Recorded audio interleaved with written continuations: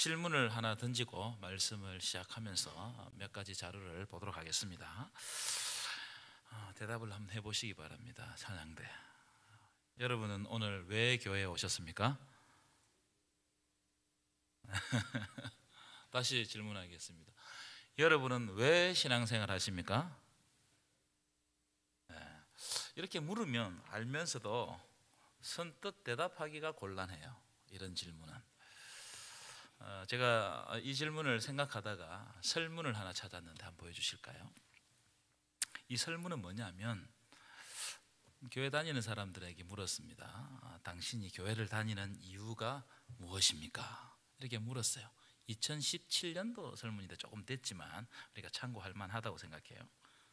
왜 교회를 다니십니까? 왜 신앙생활 하십니까? 이 질문에 가장 많이 응답한 대답이 뭐냐 하면은 구원과 영생을 위해서. 구원과 영생을 위해서. 이게 어떤 의미를 우리에게 줍니까? 교회 다니는 사람들은 구원에 대해서 매우 깊은 관심을 가지고 있다는 거예요. 영적인 문제에 깊은 관심을 가지고 있다. 물론 그 뒤에 설문들을 쭉 보면 교회를 왜 다니냐는 이 질문에 구원에 대한 갈급함만 있는 것이 아니고 교회 가면 마음이 평안해서 그렇게 대답하는 사람도 상당히 있어요. 그 다음에 가족들이 하도 권유를 하니까 오늘도 아마 그런 분들이 있을 거예요. 안 가면 막 큰일 나니까 우리 아이들 막 안 가면 큰일 나니까. 또 성공을 위해서 좀 돈을 좀 열심히 잘 벌어보고 싶은데 방법을 몰라서 혹시 축복받을까 봐 그래서 이제 가는 분들도 있고 여러 가지 이유가 있습니다. 근데 하지만 교회를 오는 가장 중요하고 직접적인 이유는 구원에 대한 갈급함, 구원에 대한 소망, 영적인 문제, 이 문제 때문에 교회를 온다는 거예요. 그것 때문에 신앙생활을 한다는 겁니다.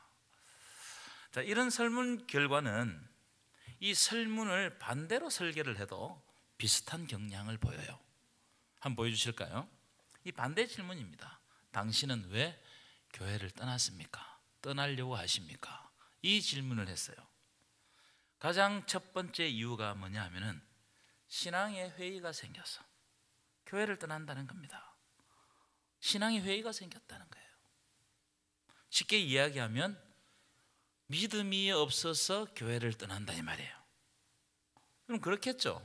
믿음이 있으면 교회를 떠나라고 해도 떠나지 않을 겁니다. 여러분들은 교회를 떠나라고 해도 떠나지 않을 분들이에요. 왜냐하면 믿음이 있기 때문에. 그러나 믿음이 없으면 교회에 남아있는 거, 교회를 다니는 거 이거 상당히 힘듭니다. 매주일 교회에 오는 거 이게 쉬운 일이 아니에요. 믿음이 없는데 매주일 교회에 온다. 이게 쉬울까요? 쉽지 않습니다. 그걸 딱 보여주는 기점이 있어요. 기준이 있었어요. 우리가 이미 경험했습니다. 코로나입니다. 코로나. 그렇죠? 코로나가 있기 전에는 그럼에도 불구하고 교회 안 가면 뭔가 주중에 무슨 이상한 일이 생길 것 같다. 이 불안한 마음 때문에 교회에 오는 분들이 들어 있었습니다. 그런데 코로나를 거치면서 교회 안 가도 별일이 없단 말이죠. 그렇죠? 믿음이 연약한 사람들은, 믿음이 없는 사람들은 코로나를 거치면서 신앙생활 하지 않기로 결정해버린 사람들이 많아요. 제가 한 번씩 전화를 해보면 이제 전화를 피합니다. 결정해버려서 결정. 좋은 기회가 생긴 겁니다. 믿음이 없는데 습관적으로 다니다가 근데 쉬어보니까 좋단 말이죠. 나쁘지 않아요. 온종일 쉴 수도 있고. 여러분들도 아마 다 그럴 겁니다. 교회에 오는 것이 얼마나 번거로운 일입니까? 번거롭죠? 그죠? 막 함부로 오는 게 아니잖아요. 그래도 교회에 오면 격식을 갖추고 또 오면은 믿음이 있는 척도 해야 되고 찬양대도 해야 되고 교사도 해야 되고 여러분 교회 안 오면 편안합니다. 주일 한번 있어 보세요. 너무 편안해요. 그런데 교회에 오는 그 자체가 상당한 부담을 가지고 있어요. 그런데 믿음이 없는데 이걸 할 수 있겠는가? 어렵다고 생각합니다. 그래서 코로나는 어떤 면에서는 참교인과 명목상의 교인을 구분하는 분기점이 되어버렸어요. 참교인과 명목상의 교인이 누군가 이 코로나를 거치면서 확연히 드러나 버렸어요. 그래서 코로나 이후에도 신앙생활 잘 하시는 분은 참교인이에요. 그렇죠? 그렇게 심각하게 듣지 마시고 맞으면 맞다 고개를 끄덕끄덕 하시든지. 그런데 그 이후에 코로나 이후에 교회 안 나오는 사람은 그동안 명목상 교회를 다닌 거예요. 자, 왜냐하면 그 다음 그림 한번 보여주실까요? 자, 이 그림이 뭘 의미하는 그림이냐면 작년 통계입니다. 작년 통계, 작년 조사인데 지금 현재 교회 다니는 사람들이 교회 다니는 사람들에게 물었어요. 교회 다니는 사람이 자기 자신을 명목상의 교인이라고 밝힌 사람이 몇 프로냐? 거의 40%입니다. 39점 몇 프로예요? 40%입니다. 그래서 주일 예배 외에 다른 활동을 전혀 하지 않고, 예를 들어서 기도도 안 하고 성경도 읽지 않고 섬기지도 않고 그냥 주일 예배 딱 마치면 가는 거예요. 이 사람들이 40%라는 거예요. 제가 볼 때는 더 많아요. 제가 볼 때는 이런 사람들을 명목상 그리스도인이라고 부르는데, 이런 사람들이 교회 안에 상당수 있다. 상당수 있다. 그럼 교회가 건강해질 수가 없어요. 교회는 힘이 빠지는 거예요. 몇 사람이, 교회는 몇 사람이 막 힘을 내거든요. 그런데 그 몇 사람이 시험에 들거나 큰 일이 생기거나 이러면은 교회가 흔들흔들한단 말이에요. 자, 그럼 명목상의 그리스도인은 뭐냐? 2018년 로잔 운동에서 정의했는데, 로잔 운동은 세계 복음주의 운동입니다. 이 세계 복음주의 운동, 로잔 운동, 2018년에 로잔 운동에서 정의를 했는데, 명목상의 그리스도인은 첫 번째, 교회에 다니지 않는 성도를 말합니다. 가난한 성도. 가난한 성도가 굉장히 많아요. 나는 예수를 믿는다. 자기는 나는 기독교인이다. 이렇게 생각하면서도 교회에 다니지 않는 사람들이 많다는 거예요. 설문을 한번 보여주실까요? 이 설문은 뭐냐면 자기 자신을 기독교인이라고 생각하면서 교회 안 다니는 가난한 성도가 얼마나 되느냐, 이걸 조사를 해보니까 약 27%나 된다는 거예요. 놀랍죠? 아무도 안 놀라시네. 놀래는 척이라도 좀 해봐요. 이 조사를 보고 굉장히 놀랐습니다. 전체 1000만 정도 되는 그리스도인 중에 700만 정도는 교회를 다니는데 300만 정도는 교회를 안 다닌다는 거예요. 그런데 나는 교인이라고 생각한다는 거예요. 이런 사람들은 명목상 그리스도인이다. 두 번째 보십시오. 두 번째는 교회는 다니는데 신앙생활을 하지 않는 사람들이 많아요. 이런 사람들은 명목상 그리스도인입니다. 성경을 읽지 않거나 기도를 하지 않거나 헌금이나 헌신을 하지 않는 사람들이 상당수가 있단 말이에요. 주일 한 번 따고 와가지고 예배 드리고 가는 사람들, 이런 사람들 명목상 그리스도인이다. 세 번째, 이것도 중요하다고 생각합니다. 회심이나 중생하지 않는 성도들이 많아요. 회개가 없는 삶을 산다는 거예요. 그 세상 사람하고 나하고 구분이 안 되는 겁니다. 다시 말하면 하나님의 말씀으로 삶이 안 변하는 거예요. 그럼 말과 행동을 똑같이 하는 거예요. 회심이나 중생이 없는, 굉장히 심각해요. 이런 사람들이 많으면 교회의 퀄리티가 떨어지는 거예요.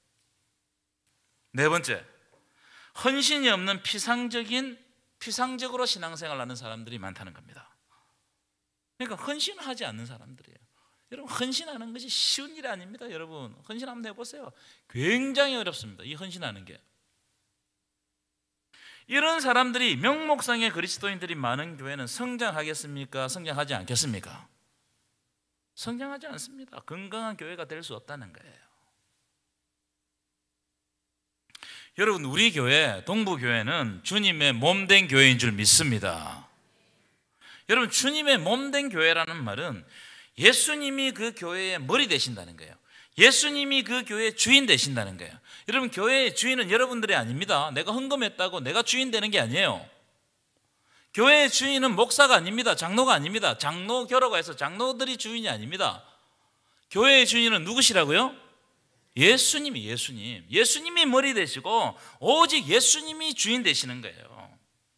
그러니까 예수님이 교회의 주인 되신다는 말은 교회에는 예수 그리스도의 뜻이 드러나야 한다는 거예요. 아멘이십니까? 교회는 예수 그리스도의 뜻이 드러나야 그게 교회예요. 다시 말하면 예수께서 원하시는 것이 교회를 통해서 드러날 때 그 교회는 아름다운 열매를 맺을 수 있는 것이고, 결국 주님 오실 때까지 그 교회는 존재하게 되는 거예요. 예수님의 뜻을 드러내니까. 하지만 역사 속에서 수많은 교회들이 있었지만 역사 속에서 사라져버린 교회들도 굉장히 많습니다. 사라진 교회들이 많아요. 그럼 그 교회들이 왜 사라졌을까? 왜 사라졌을까? 저는 그 이유가 단 하나라고 생각합니다. 교회가 교회만을 위해서 존재할 때, 다시 말하면 교회 운영을 위해서만 교회가 존재할 때는 그 교회는 역사에서 사라졌어요. 교회 운영에 매달려 있을 때는 그 교회가 사라졌단 말이에요. 제가 유럽에 성지순례 가보니까 명목상의 교회들이 너무 많더라고요. 사진을 한번 보여주실까요? 이 사진을 보고 저도 충격을 받았고 아마 여러분들이 충격을 받으실 것이라고 생각하는데, 이 사진은 어떤 사진이냐면은 영국 스코틀랜드의 굉장히 유명한 교회인데 이 교회가 술집으로 변해버렸어요. 술집으로. 영국에는 교회가 국가의 건물이기 때문에 저 안에 있는 걸 고칠 수가 없어요. 그러니까 그대로 사용해야 돼.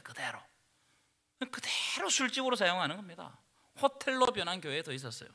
심지어는 그 다음 보실까요? 이 영국 교회인데 이 두 교회는 교회처럼 보이죠? 이슬람 사원입니다. 교회가 이슬람 사원이 되었어요. 교회처럼 보이는데 이슬람 사원이에요. 그 다음 사진 보십시오. 이거 미국의 교회인데 이 교회는 미국 교회가 교인이 없으니까 교회 건물을 팔았어요. 누구한테 팔았느냐? 사찰에, 불교에 팔았어요. 그래서 사찰이 되었어요. 여러분, 이런 일들이요, 지금 제가 그냥 몇 가지만 소개했지만 굉장히 많습니다. 우리 한국에도 교회 가운데 교회를 팔았는데, 물론 그렇게 팔려고 판 건 아니지만 팔았는데 하나님의 교회나 이런 이단이 사버렸어요. 여러분, 이게 굉장히 심각하다니까요. 그럼 왜 교회가 술집으로 변하고 모슬렘 사원으로 변하고 불교 사찰로 변하고 호텔로 변하고 이렇게 변하느냐? 첫 번째 이유가 뭐냐면 교인이 없어요. 교인이 없는 거예요. 여러분, 교인이 없는 교회를 교회라고 할 수 있어요, 없어요? 할 수 있어요, 없어요? 없습니다. 두 번째 이유는 교인이 없고 건물은 있으니까 이게 유지가 안 된단 말이죠. 상당히 돈이 많이 들어요. 그건 누가 유지합니까? 교인이 없는데. 그래서 건물을 팔아버린 겁니다. 자, 그런데 제가 금방 말씀드린 이 두 가지 이유는 피상적인 이유예요. 그냥 드러난 이유입니다. 그러면 본질적인 이유가 뭐냐? 왜 유럽의 교회들이 저렇게 되었느냐? 가장 본질적인 이유는 교회가 교회의 사명을 잃어버렸기 때문이에요. 교회의 사명을 잃어버리면 교회는 교회 안 됩니다. 교회가 교회로서의 사명을 잃어버리면 교회가 교회로서 마땅히 해야 될 일을 안 하니까 어떤 생각을 가지게 되느냐 하면 교회를 어떻게 하면 크게 지을까? 어떻게 하면 화려하게 지을까? 여기에만 관심을 가지게 되는 겁니다. 대부분의 유럽의 교회가 다 여기에 속하는 거예요. 어떻게 하면 크게 지을까? 사명을 생각하지 않으니까. 여러분, 교회 건물이 크고 화려한 것이 믿음의 크기를 드러낸다고 생각하면 큰 오산입니다. 한번 보여주실까요? 지금 사진. 지금 보시는 사진은 독일의 드레스덴 궁전교회입니다. 궁전교회인데, 저는 여러분 이 사진을 그냥 여러분 눈으로 보니까 가늠이 안 되죠. 실제로 가면 입이 떡 벌어져요. 얼마나 큰지 궁전하고 같이 붙어 있습니다. 어마어마합니다. 근데 그 교회 안에 들어가 보면요, 성도가 없어요. 교회 저렇게 지어놓고 관광객들 관광 수입으로 먹고 산단 말이에요. 주일날 모이는 성도가 몇 명 안 된단 말이에요. 저렇게 큰 교회도. 여러분, 교회의 사명은 교회를 크게 짓고 교회를 화려하게 짓는 것이 교회의 사명이 아닙니다. 현재 지금 이 시대에 교회를 떠나는 사람들의 이유가 서두에서 뭐라고 말씀드렸습니까? 신앙의 회의가 생겨서 교회를 떠난다는 거예요. 신앙의 회의가 생겨서 영적인 문제 때문에 떠난다는 거예요. 교회를 크게 짓고 화려하게 짓는다고 이게 해결되냐 말이에요. 안 된다는 거예요. 이게 해결 안 돼요. 그럼 왜 교회를 떠나는가? 교회를 통해서 하나님을 만나지 못하고 교회에 가면 맨날 인간적인 이야기, 정치적인 이야기, 이념적인 이야기가 막 흘러 넘치기 때문에 사람들이 신물을 여기고 실제로 젊은 사람들이 교회를 많이 떠나요. 더 이상 교회를 신뢰할 수가 없다 이 말이에요. 이렇게 생각하는 사람들이 굉장히 많습니다. 자, 그런데 반대의 질문, 아까 앞에 제가 말씀드린 반대의 질문. 그럼 교회에 남아있는 사람들은 왜 남아있다고 말씀드렸죠? 교회에 남아있는 사람, 신앙생활을 계속하는 사람들은 그럼에도 불구하고 구원에 대한 소망, 영적인 문제, 하나님 떠나서는 살 수 없는 이 문제 때문에 남아있는 거예요. 우리가 이걸 깊이 생각해야 돼요. 자, 그러면 이제 제가 물어보겠습니다. 교회가 할 일은 뭐냐는 거예요. 자, 그렇다면 교회가 할 일은 뭐냐? 교회가 할 일은 구원의 문제에 깊이 관여해야 돼요. 영적인 문제에 신경을 써야 돼요. 하나님이 원하시는 일을 해야 돼요. 아멘이십니까? 그래서 교회는 예수 그리스도에 대한 믿음과 구원에 대한 소망을 확실하게 심어주고 살아계신 하나님을 매개할 때, 살아계신 하나님을 증명할 때, 말씀을 통해서 증명할 때, 그때 교회가 교회되는 겁니다. 예배가 예배되는 것입니다. 믿으십니까? 이야기를 하고 싶었어요. 그래서 교회는, 따라합시다, 교회는 복음적이어야 합니다. 교회는 복음적이어야 돼요. 교회에 복음이 빠지면 그건 교회가 아니에요. 교회에 있을 이유가 아무도 없어요. 여러분, 복음이 없는 교회를 교회라고 할 수 있겠습니까? 제가 생각할 때 복음이 빠진 교회에 다니는 것은 세상에서 가장 어리석은 일이다. 복음이 빠졌어요. 생명이 빠졌어요. 이걸 우리가 깊이 생각해야 돼요. 우리가 교회에 나오는 이유가 뭔가. 자, 이제 오늘 본문으로 돌아가 보실까요? 본문입니다. 오늘 본문은 예수님의 사명선언문에 해당되는 말씀입니다. 이 사명선언문이라는 함은 예수님이 앞으로 이 땅에서 사역을 하실 때 뭘 하러 오셨는지, 예수님의 사역의 본질은 뭔지 이걸 드러내는 말씀이 사명선언문이에요. 우리는 이 시기에 이 말씀을 깊이 유심히 봐야 된다고 생각합니다. 왜냐하면 예수님이 오셔서 사명을 감당하는 목적이 교회의 존재의 이유가 되기 때문이에요. 예수님이 그걸 감당했잖아요. 교회는 그걸 그대로 따라가면 돼요. 아멘이십니까? 아멘 좀 크게 하소. 두 가지 주제만 말씀드리겠습니다. 첫 번째, 주의 성령이 내게 임하셨으니. 교회는 성령이 중요합니다. 오늘 본문은 예수님이 회당에 들어가셨는데 아마 가버나움 회담으로 추정되는데, 그 회당에 딱 들어가면 그날 말씀을 펴서 읽는 데가 있어요. 이걸 딱 펴 들었는데 그게 마침 오늘 본문이었어요. 자, 오늘 본문 18절 띄워보실까요? 18절 딱 보시면 이렇게 시작합니다. 주의 성령이 내게 임하셨으니. 이 말씀을 제가 헬라어로 직독을 하면 이런 뜻입니다.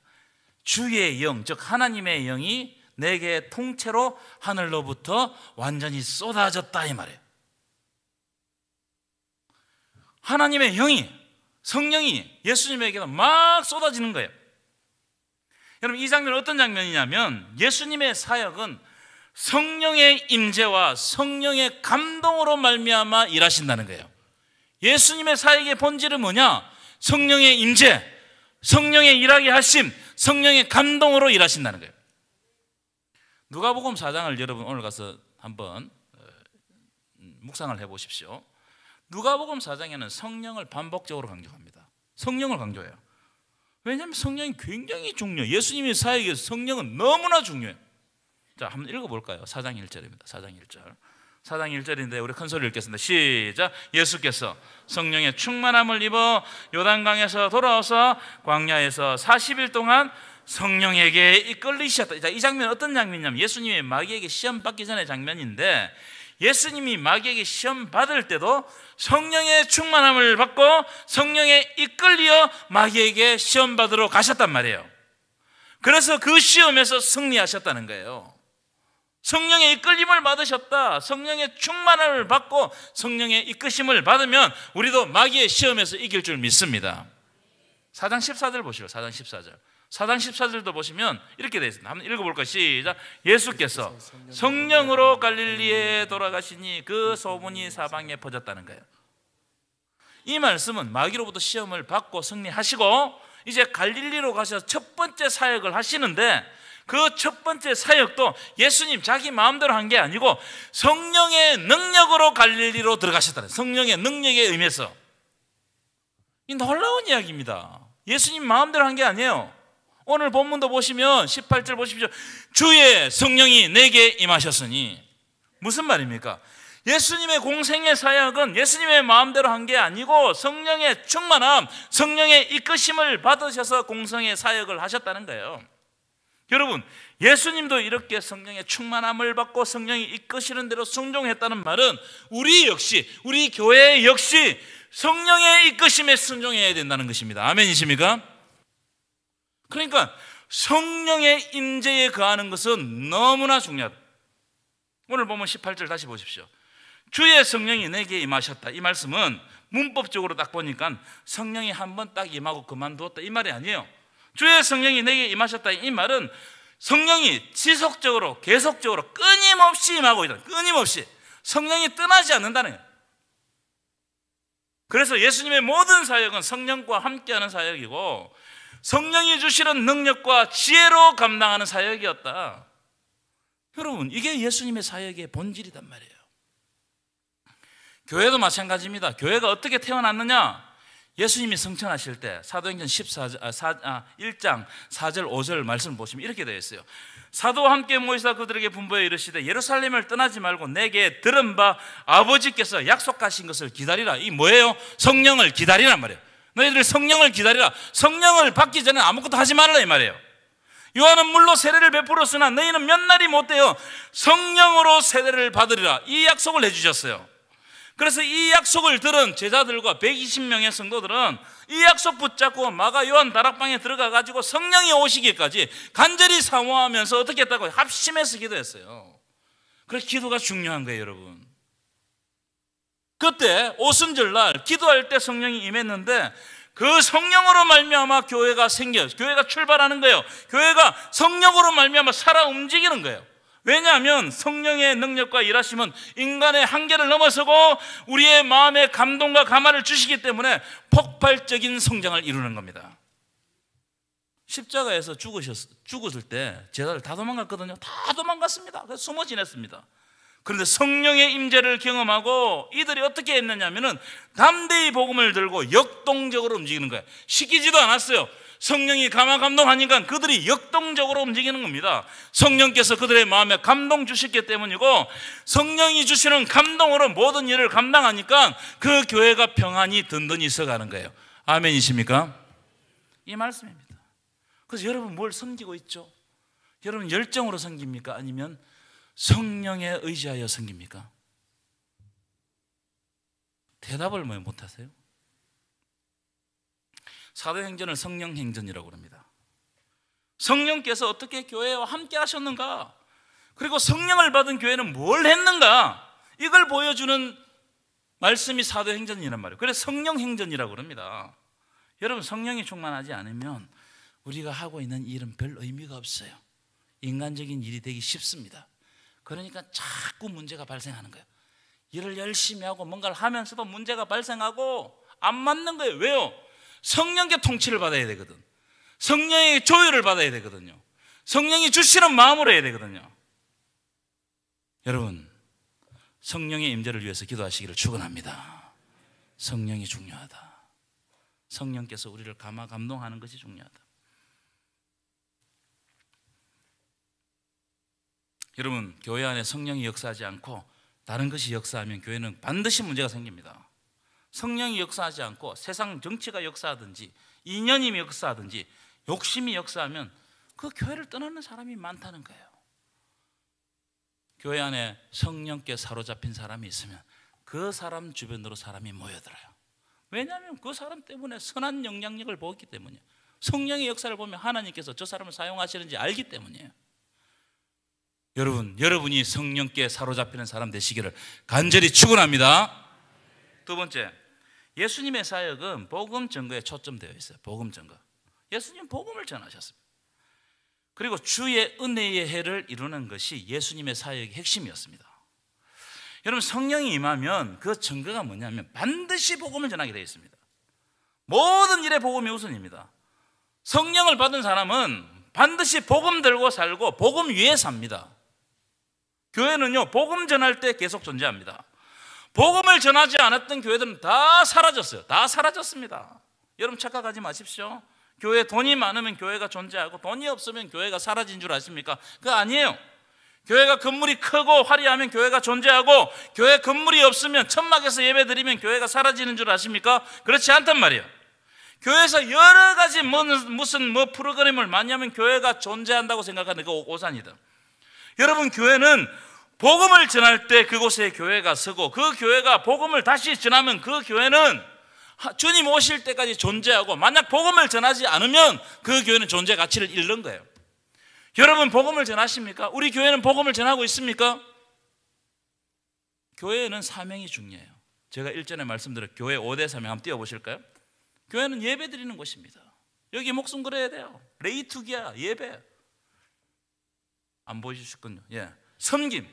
교회는 섬기는 곳이에요. 섬김을 받으러 오면 안 돼요. 섬기려고 와야 돼요. 교회는 섬기는, 디아코니아. 교회는 디다케, 뭐예요?